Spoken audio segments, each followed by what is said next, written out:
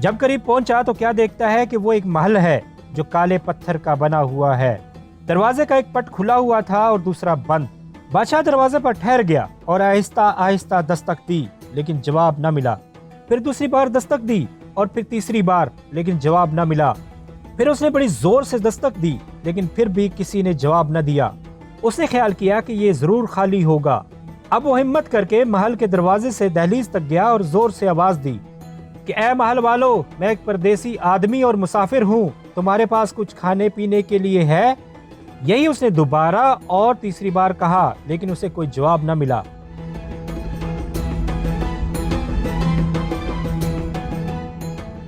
اب وہ اپنے دل کو مضبوط کر کے دہلیز سے آگے بڑھا اور محل کے بیچ میں پہنچ گیا۔ وہاں بھی اسے کوئی نہ ملا، مگر اس نے دیکھا کہ ریشم اور سونے کی تاروں سے بنے ہوئے کپڑے کا فرش بچھا ہوا ہے اور پردے پڑے ہوئے ہیں۔ محل کے بیچ میں ایک بڑا آنگن ہے، اس میں 4 ایوان اور ایک بارہ دری ہے۔ ایوان آمنے سامنے ہے اور ایک شامیانہ لگا ہوا ہے۔ ایک حوض ہے جس کے اوپر سرخ سونے کے 4 درندے بنے ہوئے ہیں اور ان کے منہ سے پانی موتی اور ہیرے کی طرح نکل رہا ہے۔ محل میں چاروں طرف چڑیاں ہیں اور محل کے اوپر سونے کی جالی لگی ہوئی ہے تاکہ وہ باہر نہ جا سکیں، مگر کسی انسان کا نام و نشان نہیں۔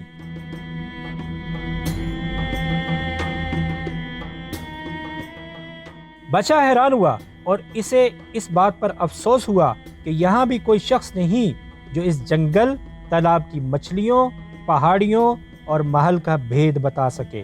وہ آنگن میں بیٹھ کر سوچنے لگا کہ اتنے میں کسی شخص کی نہایت دردناک رونے کی آواز سنائی دی۔ جب سلطان نے رونے کی آواز سنی تو وہ اٹھ کھڑا ہوا اور اس آواز کی طرف چل دیا۔ اس نے دیکھا کہ ایک نشست گاہ پر کپڑا پڑا ہوا ہے۔ اس نے پردہ اٹھایا تو کیا دیکھتا ہے کہ اس کے پیچھے ایک نوجوان کرسی پر جو زمین سے گز بھر اونچی ہے بیٹھا ہوا ہے۔ نوجوان نہایت حسین، قد و قامت نہایت دلکش، چہرہ چمکدار، رخسار سرخ و سفید جس پر عنبر کی ٹکیا کی طرح ایک تل۔ بادشاہ اسے دیکھ کر خوش ہو گیا، اسے سلام کیا اور اس نے دیکھا کہ وہ نوجوان کرسی پر بیٹھا ہوا ہے۔ اس کا لباس ریشمی ہے جس پر مصری سونے سے کشیدہ کڑا ہوا ہے۔ اس کے سر پر ہیروں سے جڑا ہوا تاج ہے، لیکن اس کا چہرہ غمگین ہے۔ بادشاہ کے سلام کا اس نے بہتر جواب دیا اور کہنے لگا،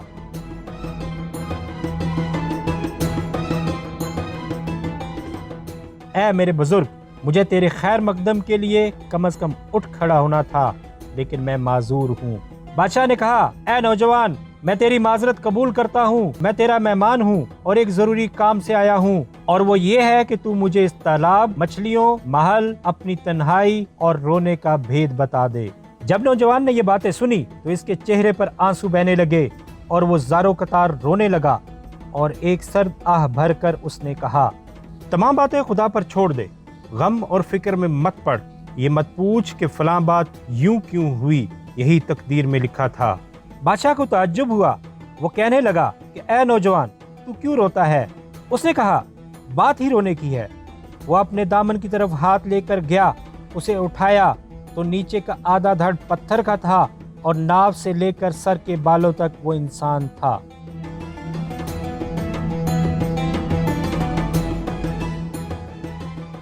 جب بادشاہ نے نوجوان کو اس حالت میں دیکھا تو اسے بے حد رنج و غم اور افسوس ہوا۔ اس نے کہا، اے نوجوان، تو نے میرے رنج کو دوبالا کر دیا۔ اب تک تو میں محض مچھلیوں کی حالت جاننا چاہتا تھا، اور اب ان کی اور تیری دونوں کی۔ خدا کے واسطے اپنا حال جلد بیان کر۔ اس نے کہا، سن اور دیکھ۔ بادشاہ نے کہا، میرے کان اور آنکھیں حاضر ہیں۔ نوجوان نے کہا، میرا اور ان مچھلیوں کا عجیب و غریب واقعہ ہے۔ اگر اسے سوئی کی نوک سے آنکھوں کے کونوں میں لکھا جائے تو لوگوں کے لیے بڑی عبرت کا باعث ہوگا۔ بادشاہ نے کہا، وہ کیسے؟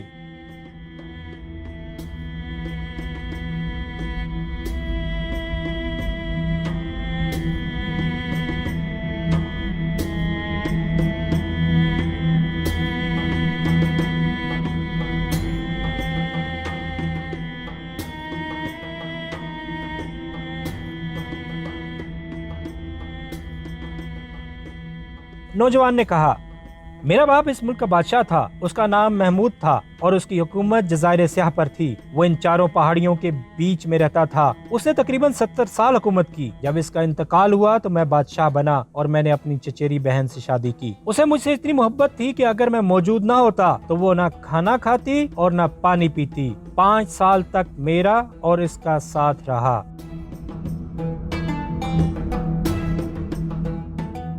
ایک دن کا ذکر ہے، وہ حمام میں گئی اور باورچی سے کہا کہ ہمارے لیے کوئی چیز جلد پکا کر رات کا کھانا تیار کرے۔ پھر میں محل میں آ کر اپنی خوابگاہ میں لیٹ کر اس کا انتظار کرنے لگا اور 2 لونڈیوں کو حکم دیا کہ وہ میرے پاس رہیں، ایک سرہانے اور دوسری پاؤں کی طرف۔ مجھے اپنی بیوی کے موجود نہ ہونے کی وجہ سے بڑی پریشانی ہوتی اور نیند نہ آتی تھی۔ میں نے سونے کے ارادے سے آنکھیں بند کی ہوئی تھیں مگر میری روح بیدار تھی۔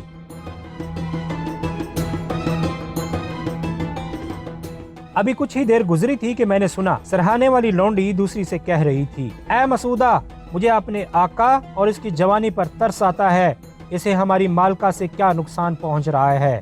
اس نے کہا، ہاں، خدا کی مار ہو دغاباز اور بدکار عورت پر، وہ ہمارے آقا اور اس کی جوانی کے قابل نہیں۔ پھر سرہانے والی لونڈی نے کہا، معلوم نہیں کہ ہمارا آقا گونگا ہے یا اس پر جادو ٹونا کیا گیا ہے کہ وہ اس سے باز پرس نہیں کرتا۔ اس پر دوسری لونڈی نے کہا، چل چپ کر، وہ ہمارا آقا ہے، یا تو وہ سب کچھ جانتا ہے اور یا پھر اس نے اسے اختیار دے رکھا ہے۔ تجھے معلوم نہیں کہ جو شراب کا پیالہ وہ اسے سوتے وقت دیتی ہے اس میں بھنگ ملا دیتی ہے اور اسے دنیا اور اپنی خبر نہیں رہتی، اور اسے یہ بھی معلوم نہیں ہوتا کہ وہ کہاں جاتی ہے۔ شراب پلانے کے بعد وہ اپنے بہترین کپڑے پہنتی اور عطر لگاتی ہے، اس کے بعد وہ کہیں چلی جاتی ہے اور تڑکے تک غائب رہتی ہے۔ جب وہ واپس آتی ہے تو اس کی ناک میں کسی چیز کی دھونی دیتی ہے اور وہ جاگ جاتا ہے۔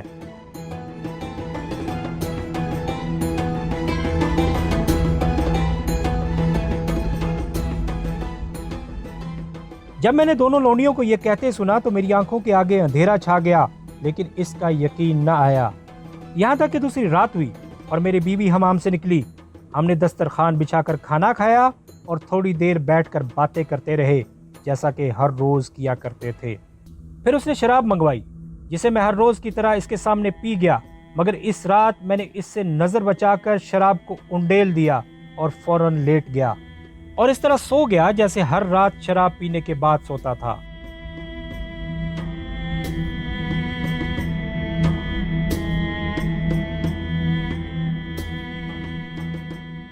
اس نے کہا، رات بھر سوتے رہنا اور ہرگز مت جاگنا، خدا کی قسم مجھے تجھ سے اور تیری صورت سے نفرت ہے اور میں تیرے ساتھ رہنے پر لات مارتی ہوں۔ معلوم نہیں خدا کب تیری روح قبض کرے اور مجھے تجھ سے چھٹکارا ملے۔ یہ کہہ کر وہ اٹھی، اپنے بہترین کپڑے پہنے، عطر لگایا، میری تلوار کمر سے باندھی، محل کے دروازے کھولے اور باہر چلی گئی۔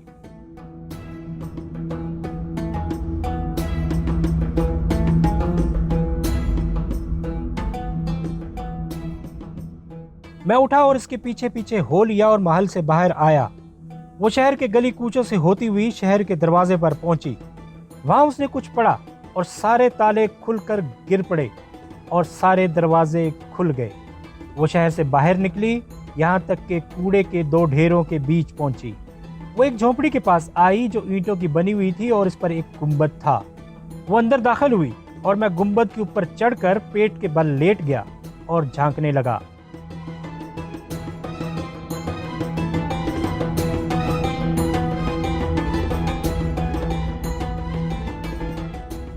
میں نے دیکھا کہ اس جھونپڑی میں ایک حبشی غلام موجود ہے۔ وہ پھٹے پرانے چیتڑے پہنے پیال کے فرش پر پڑا ہوا تھا۔ اس نے اس کے سامنے آ کر زمین کو بوسہ دیا۔ غلام نے سر اٹھا کر اسے دیکھا اور کہنے لگا،